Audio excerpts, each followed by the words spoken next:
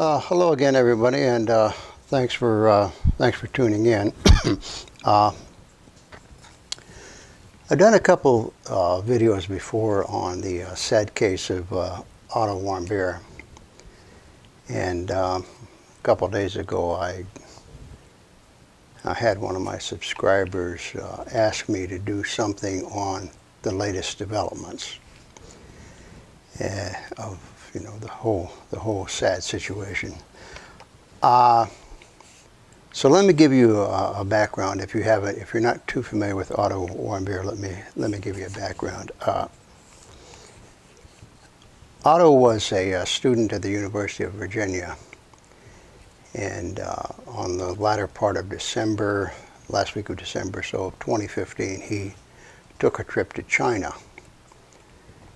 And while he was there, they were putting together a tour group to go to Pyongyang, North Korea, and he joined the tour group. There was probably, I think, a dozen kids, something like young people just like him. There may have been 2 or 3 Americans, but there's others as well. And so while he was over there in Pyongyang in the hotel, I believe it was on somewhere around New Year's Eve. The North Koreans pretty much control where you go and what you can see. And when you go in the hotel room on a floor or something, then you're restricted to a certain area, and they tell you where you can and cannot go. He violated their rules and snuck into a restricted area that's off limits, and took a poster down off the wall. The poster happened to have the sacred name of Kim Jong-il on it. And all those posters with the name of the leaders are treated with great reverence, almost like an icon. He probably didn't know this. He took down the poster, ripped it off the wall. One thing led to another. He was caught by a surveillance camera. And when he was on the plane ready to leave Pyongyang, the authorities came on the airplane, tapped him on the shoulder, and took him off. He was put on trial, where he confessed to what he'd done. All sorts of stories of why he did it. You can look at my other videos if you'd like to see what it was all about.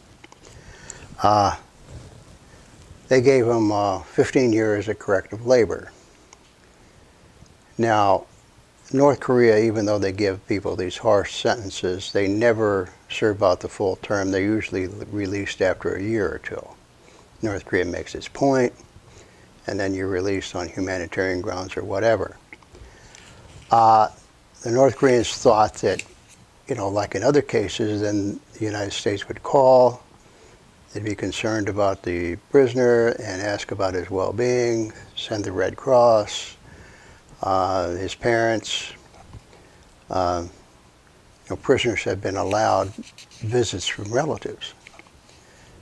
In this case, the Obama administration cut him off. They didn't go see him.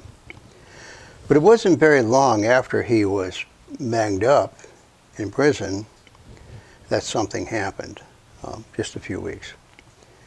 And some event took place, a medical thing or something, where oxygen was cut off to his brain, and for 3 or 4 minutes, and his brain died.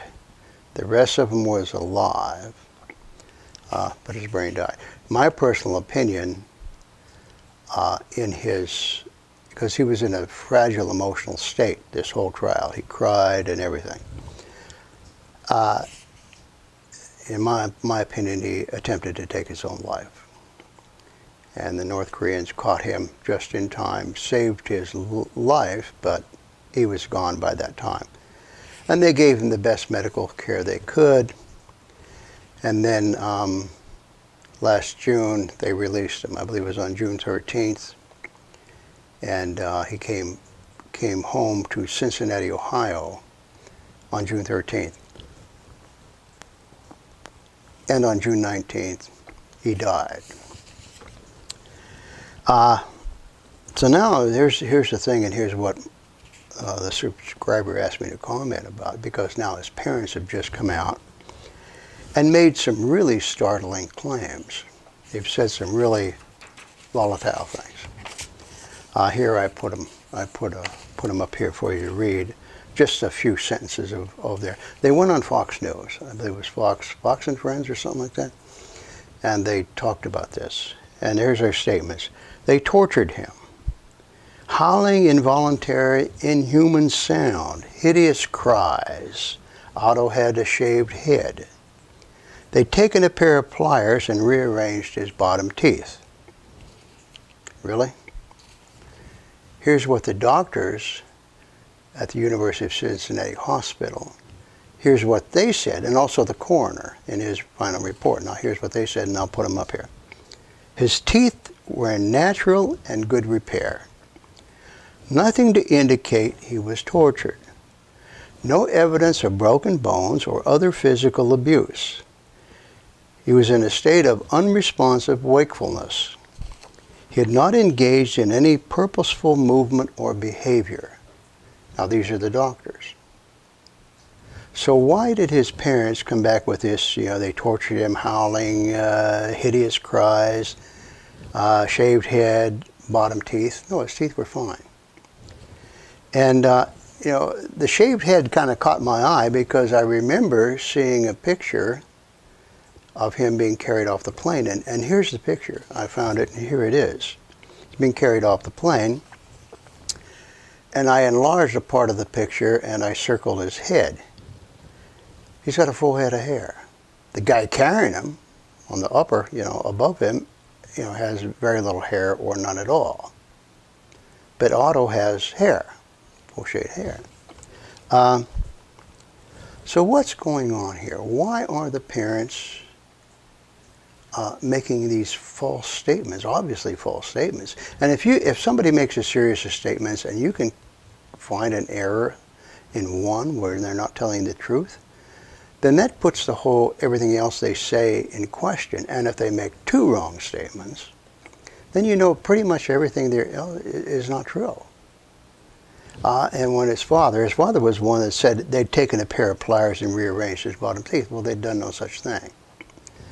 And as far as shaved head, his mother said he had a shaved head. No, his hair was intact, full head of hair. And the doctors said he's perfectly healthy, he's well nourished. There was no sign of any trauma on his body at all. He'd been taken excellent care of. He'd been fed and whatever. He was just brain dead. The brain was gone. And then just this morning, early this morning, I see this tweet by Donald Trump. And Trump says, Otto was tortured beyond belief by North Koreans. No, he wasn't. There was no sign of torture.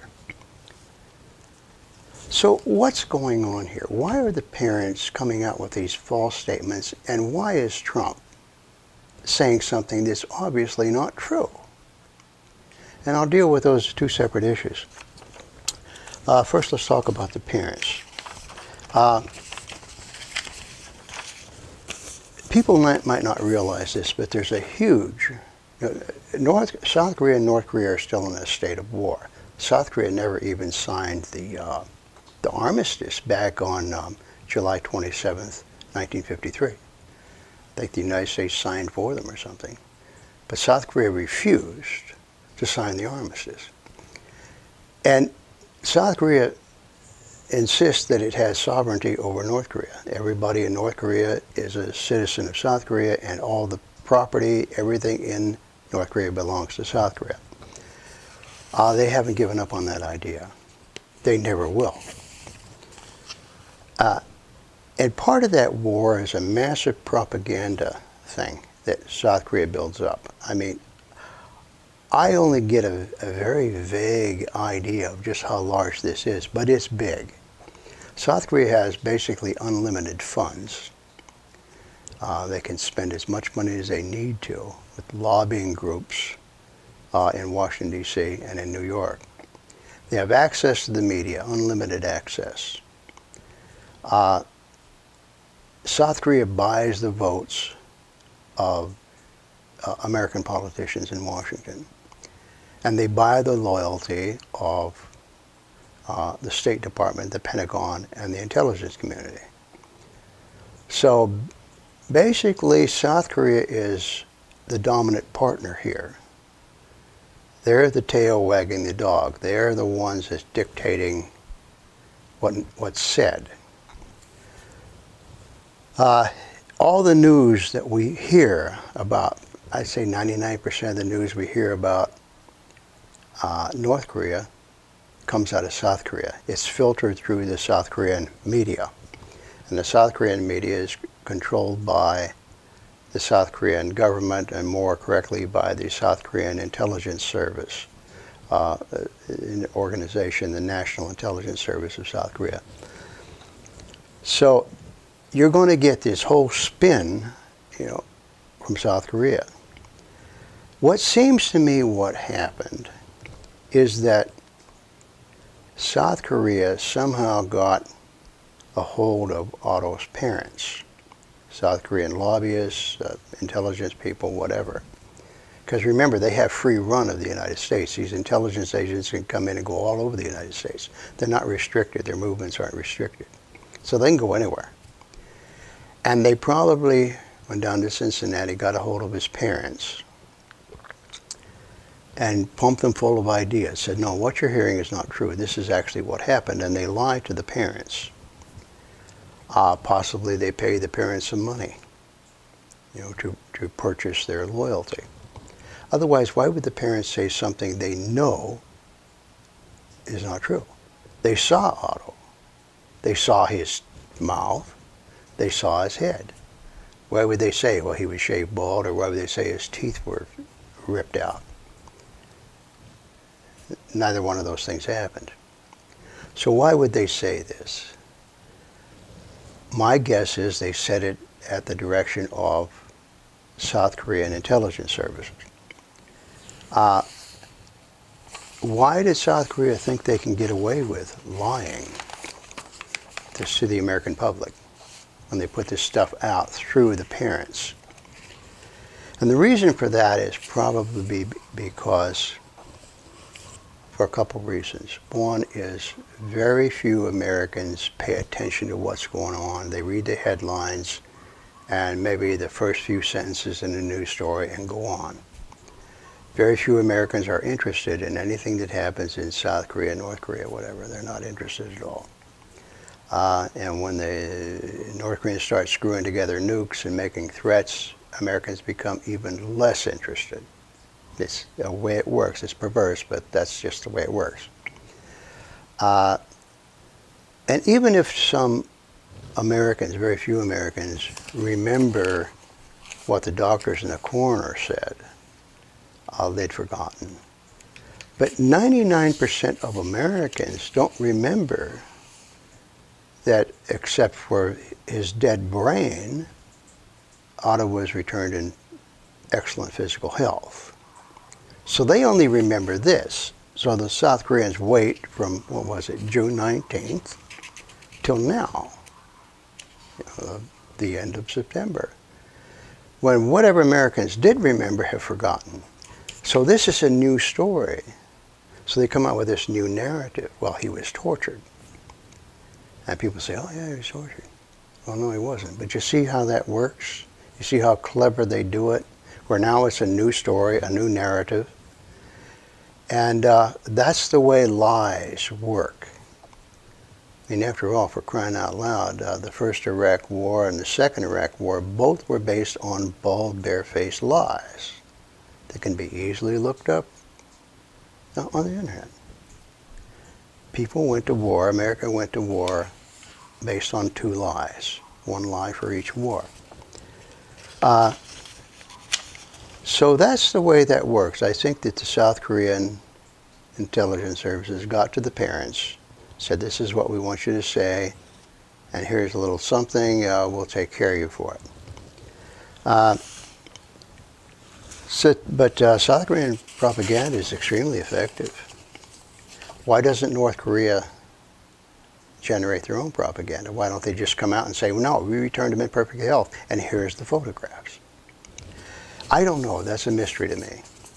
That's the subject for another video. I have ideas why North Korea doesn't make their case when they so easily could. Just simply call CNN, and CNN would gladly jet over to Pyongyang with a reporter and a crew. 2 seconds. They'd love to do that. But why North Korea doesn't do that is, you know, I don't understand it, or fully understand. Like I say, I have an idea. But South Korea was particularly effective in this, in that, look how they drove a wedge between the United States and North Korea by banning travel. That was all South Korea is doing. You know, they used the Otto Warmbier thing by saying, look, the guy was tortured, and right away Trump and the State Department say, bang, cut off travel. And who does this benefit? It doesn't benefit the U.S. Only one person it benefits, and that's South Korea. South Korea now has effectively prevented people like me from going to North Korea and trying to find the good things about it. You know, trying to find something nice to say about them. Now I can't go. See, that's how devious and how evil, how devilish these South Korean people can be. You know, by just driving that wedge, bang. Which leads me to Trump's tweet. Now, this really scares the snot out of me. How Trump can say this. Something that's obviously not true. Now, I can forgive the parents. For one thing, they're grief-stricken. For another thing, they're angry, and fine. They're angry enough to tell porcupines. They're angry enough to cozy up to South Korean intelligence and probably take money, take a little gift, as it were. But Trump, that just frightens me, because here he is, this tweet probably came out, you know, 2 o'clock this morning or something, when he, you know, he's in bed, awake, you know, when he should be enjoying the company of his wife, and he's sitting there tweeting, and he says something stupid like this. And what does that tell us about Donald Trump? He knows nothing about the issue. Yet he still banned travel, but he knows nothing about the issue. It looks like I know 100 times more about the Warmbier affair than the President of the United States. And as I've said before, rich people, billionaires, that are very successful, they get that way because they hire other people to do their thinking for them. Give you an example. When I was in the corporate world, I once had a manager who told me in no uncertain terms, never bring me a problem without a solution. In other words, if you've got a problem, you should understand enough about the problem to have at least one solution, and 2 or 3. And then bring them to me, and I'll see if that's a good solution or not. But this manager didn't want to think for himself. I bring him a problem, and he doesn't know enough about what's going on in my department, when he should. He should know enough of what's going on in everybody's departments, but he doesn't. He's lazy. So he said, if you've got a problem, bring it to me, but not without a solution. And that's Donald Trump. You know, he hires people to do his thinking for him. So when somebody says, well, Donald Trump says, well, what should you do about this Warmbier thing? Oh, well, about ban travel. No, do that right away. Okay, ban travel. And by the way, he was tortured beyond belief. Oh, okay, he's tortured beyond belief. You know, and Trump's not going to pick up, you know, even Wikipedia right here. You know, I mean, here they lay it all out here. Right in the second paragraph. Nevertheless, a coroner's report was unable to identify the cause of the injury, finding no evidence of physical torture on Warmbier's body. And they give a note. You know, look at note 7. And if we go back to the end, no, I didn't copy all the notes. because this thing was like 30 pages long. But if you go to Note 7 in Wikipedia, you're going to find the coroner's report, you know, and here, right here, I mean, go to, here we go, Daily Mail. Coroner's report on the death of Otto Warmbier appears to dispute claims made by his parents that he was tortured and disfigured by the North Koreans. The coroner's report, you know, found Otto's teeth were in natural and good repair when he died 6 days after he returned to the United States. And so on and so forth. It lays it all right out here. You know, if Trump would spend less time tweeting and more time reading the news, he'd find this right here. It was on Drudge. I pulled this off Drudge. Drudge had a headline to it. But Trump says, torture beyond belief. You know, that's frightening. We got somebody in charge of the United States of America that can't even grasp, doesn't even have basic facts at his fingertips. You know, that's frightening, because he's going to do whatever anyone tells him to do. You know, so, and probably, you know, at the end of the day, I think the South Koreans hold America and Americans in contempt anyway. They don't like us very much. I would venture to say that the average North Korean likes America far more than the average South Korean. That's just a guess on my part. But that's what this whole thing is about. You know, somehow the South Koreans got to the parents. You know, if somebody has a different opinion, fine, leave it in the space below. But that's what I think is at work here. It's a sad case. The poor guy went over there. Keep in mind, I think there were 12 in the group, and keep in mind the other 11 left with no problems, because they didn't violate the rules and sneak into a restricted area and tear down a poster. You know, they came over, they partied, they enjoyed themselves, and they left. So, to my way of thinking, his parents, instead of, you know, I mean, they can be forgiven for being upset, of course. But the fault lies with them, is that they didn't teach Otto, their son, how to behave like a gentleman, how to conduct himself in polite society.